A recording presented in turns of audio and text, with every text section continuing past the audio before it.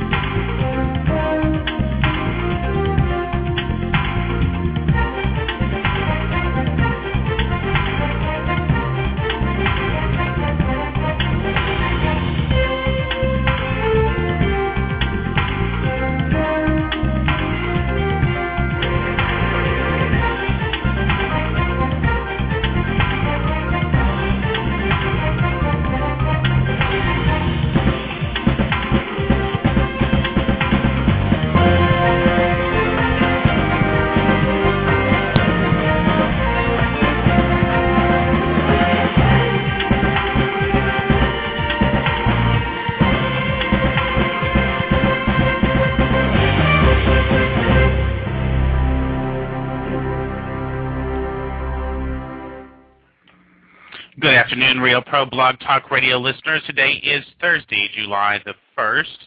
Just wanted to say happy 4th of July and Independence Day to all my listeners out there. We will be interviewing today Dave Schumacher with Tax Title Services. This is going to be a pretty exciting show because I'm sure many of you have had questions or concerns or issues about possibly doing tax sales in your state, and you didn't really know what was all involved in trying to resell the property or even trying to get the property insured. You didn't know things about redemption periods, or if you live in a state like mine here in Tennessee, the former homeowner has a 1-year redemption period. And, you know, many of our investors, if you're representing an investor or if you invest in yourself, for many of us, holding onto a property for 1 year just really isn't a question unless we're planning on putting renters in there, which a lot of the people that I work with don't necessarily rent. They're sitting there trying to resell. So I'm going to bring Dave Schumacher on here in just a couple of minutes, but before we go there, I do want to cover some business here for Rio Pro. I did make an announcement through the Rio Pro broadcast message that we do have BPOs coming for our members. Did get a lot of questions, and I do mean a lot of questions about that announcement, and I do want to cover some of those basic questions real quick here and now.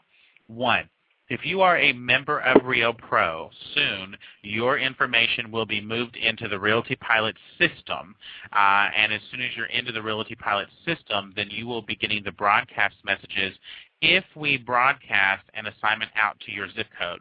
If we have a member that we are working with in a zip code and we have a good relationship with that member, chances are the asset manager will just simply assign that particular assignment. If you want to get to know if we have business in your area, the Realty Pilot system has done a great job with the altimeter. It's the ability to provide our members with information like how many assignments we have in the particular area and how many assignments are going out. So if you do have additional questions or concerns in regards to the Realty Pilot Rio Pro Alliance and as well as these BPOs that are going to be coming in, please contact me directly at jgonzalez@realtrax.com, or of course you can do so through Rio Pro. Well, with nothing further to do, I do want to go ahead and introduce Dave Schumacher with Tax Title Services. Dave, your mic is live. Can you hear me? I can hear you, Jess. Excellent. Well, before we get started in asking questions particularly about what Tax Title Services does, can you tell me a little bit about yourself and some background?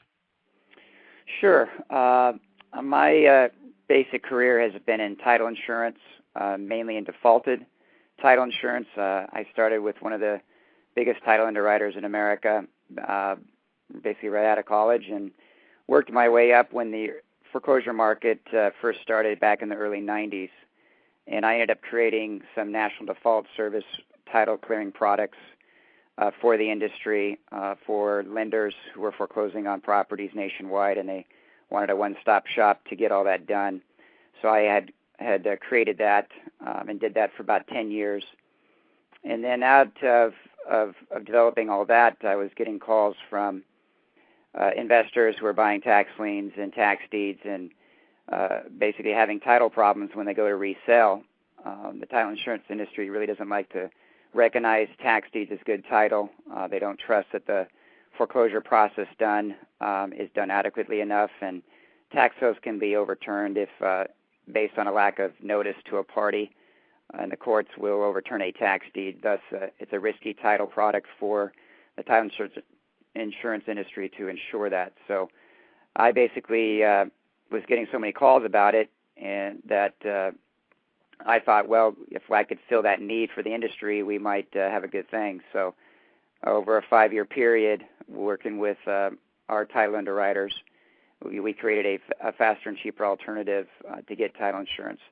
But along the way, in order to develop those title products, whether it was a mortgage foreclosure or a tax foreclosure, I actually went out there and invested myself so that I could know exactly how the process works and I can speak intelligently to my clients. And so I became an investor too, and I've used self-directed IRAs to invest in tax liens, and I've bought tax deed properties, mortgage foreclosed properties. So I can talk both today from an investment side as well as from the title clearing side. Excellent. Well, I have to tell you, this is probably one of the more anticipated interviews I have been wanting to do, simply because I don't personally do tax title or tax investing at all. And in the state of Tennessee, my biggest problem was the whole 1-year redemption period. So how are you getting around, for example, my state's redemption period? What's actually happening in that process that clears the title, that insures the title? Well, in Tennessee, let me walk you through Tennessee. Tennessee is actually, the 1-year period you're talking about is in a redemption period. We can't eliminate redemption periods. You have once you get a tax deed, then you own the property and you then can resell it, try to refinance it at that point. So the period that you're probably talking about is once a property goes to sale, the court in Tennessee says that you can't get your tax deed until 1 year has expired, and then they will grant you a deed.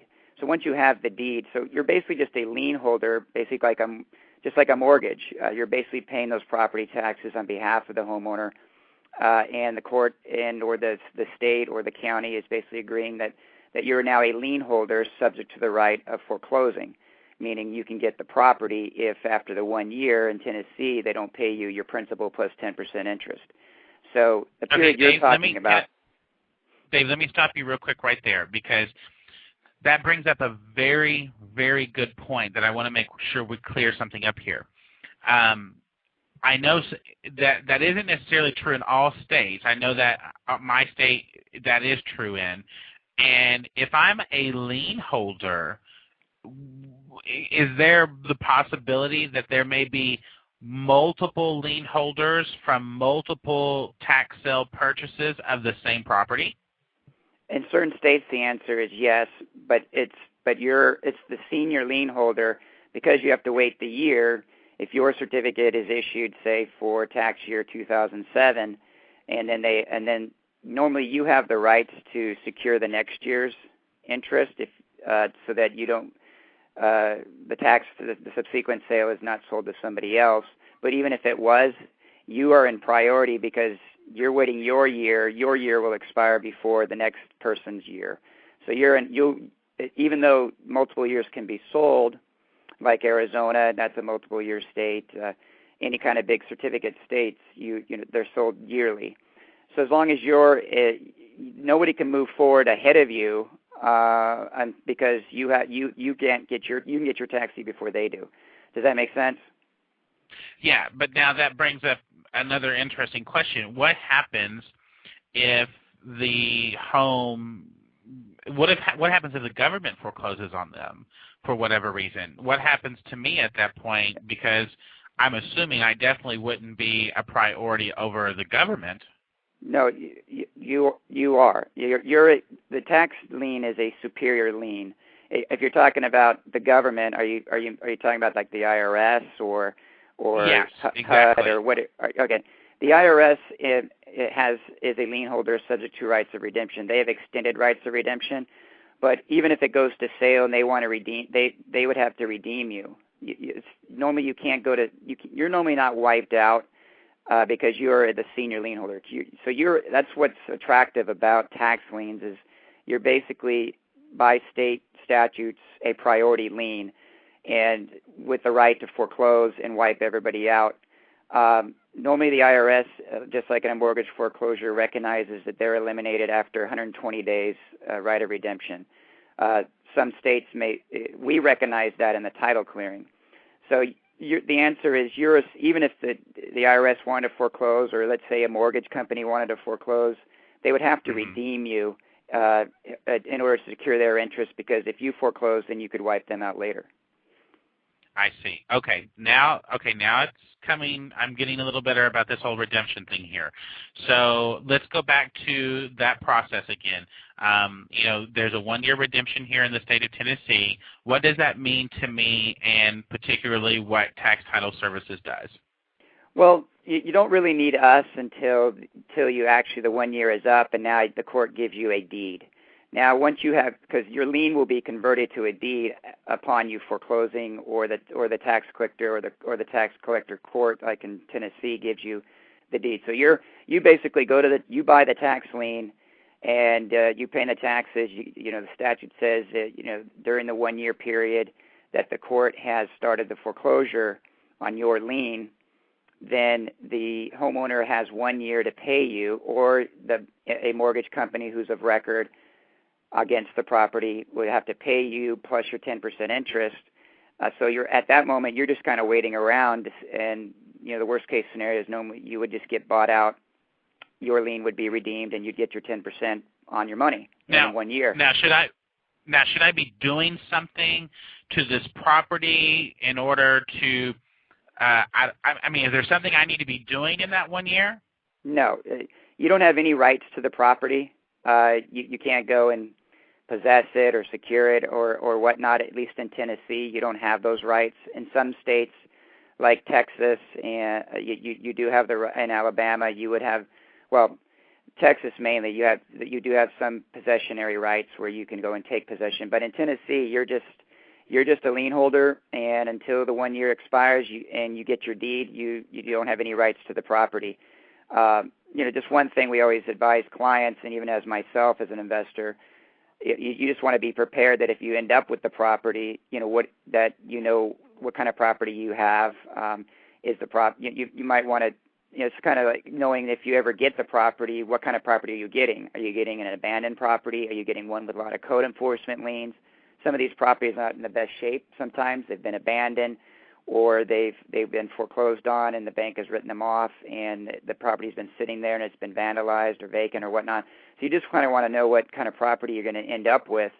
But and so if the property is abandoned, you might want to just, you really don't want to spend a lot of money if you're just the lien holder, because if you get redeemed, well, then you don't get those costs back. So at this point in Tennessee, you're just waiting in order for whether to get redeemed or not. And most of the time you do get redeemed. 95% of people will pay their property taxes, or the lender of record will redeem you, because they don't want to get wiped out by your lien. So you just sit there and wait for your 10%, and then just be prepared if you ever get the property. Code enforcement liens normally don't survive a tax sale, so that's kind of what I tell clients is, when they're asking me, well, Dave, what should I look for? I'm going to purchase this lien. What should I be careful about? The most is, whether or not what liens you would take the property subject to, and that's usually code enforcement. Gotcha. Okay. Well, let's leave it there for a moment, because we do need to take a real quick little commercial break. And when we come back, we're going to be talking some more with Dave Schumacher in regards to the tax title services. And if you do have any questions, please press 1 on your dial pad, and that will raise a little hand here in the switchboard for me so that I can see you. And we will be getting to your questions towards the end of the show. If you do have any concerns or questions and you're not calling or listening in from a cell phone or phone, you can email me directly at jgonzalez@realtracks.com, or of course, if you're one of the lucky few out there who have my cell phone number, you can also text me. Hold just for about 60 seconds. We'll be right back with Dave Schumacher and Tax Title Services. You're back to school. Okay, I got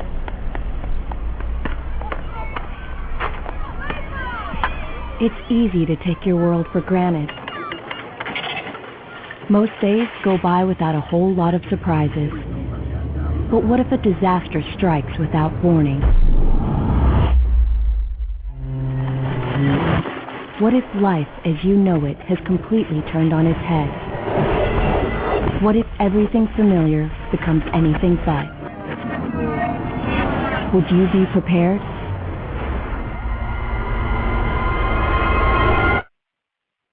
Before a disaster turns your family's world upside down, it's up to you to be ready. Get a kit, make a plan, be informed. Today, learn how at www.ready.gov.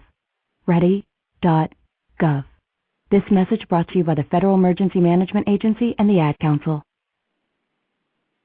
Once again, this is the Rio Pro Blog Talk Radio Show. If you are listening in and would like to call into the show, you may do so at area code 917-889-3105. Again, that's 917-889-3105. Today we have Dave Schumacher with Tax Title Services. Let me make sure I get your website correct here. I have, of course, www.taxtitleservices.com. Is that correct, Dave? Yeah, that's right. Beautiful. Before we left for the break, what we were talking about was, at least here in my state anyways, I'm using my state as an example, what happens with the redemption period and what exactly Tax Title Services is doing. When we left, we were specifically referring to that one-year period, once it's done, when we actually need Tax Title Services. So, Dave, let's go past the redemption period now. Let's say I'm at home and in the mail, the deed comes in. Is that when I give you a call? Yes. At that point, you've now inherited a title problem. And then that's where you would need my services in order to, because now you want to sell the property, or you want to refinance, or you want to get a loan, or you want to construct on the property. And you want to provide title insurance. If you walked into the title company with that deed, they're going to tell you, Jess, we don't recognize tax deeds as good title, so you need to clear your title. You'll see that as a requirement in your title search or the title commitment that they give you. And normally, before we created this for the industry, normally you would retain an attorney to file what's called a quiet title action, which is basically where an attorney will file a lawsuit against the former owner who lost the property at the tax sale to you, any mortgage holder or lien holder, anybody else who has an interest in that property at the time of the tax sale, which basically to get the court to clear title into your name. And that was the industry's normal procedure before this other option came up that we created. And the problem with that is that quiet title actions can be very lengthy. In some jurisdictions, they can take 6 months to a year and cost you, $3,000 up to $8,000. So you can imagine owning a property now that you can't do anything with because you're in court trying to clear title. And if you have an abandoned property which has code enforcement issues, you're going to have to secure that property and keep maintaining it while you're trying to clear the title. So that's kind of why we created this process, which is now what we call a certification process, which is recognized by our title underwriters, which in Tennessee is mainly First American Title, who basically says that if Tax Title Services does its job, then our underwriters will insure you without waiting that 6 months to a year and thousands of dollars colliding title. The process that we do is about a 30 to 60-day process, and it's basically addressing the due process issues associated with tax sales.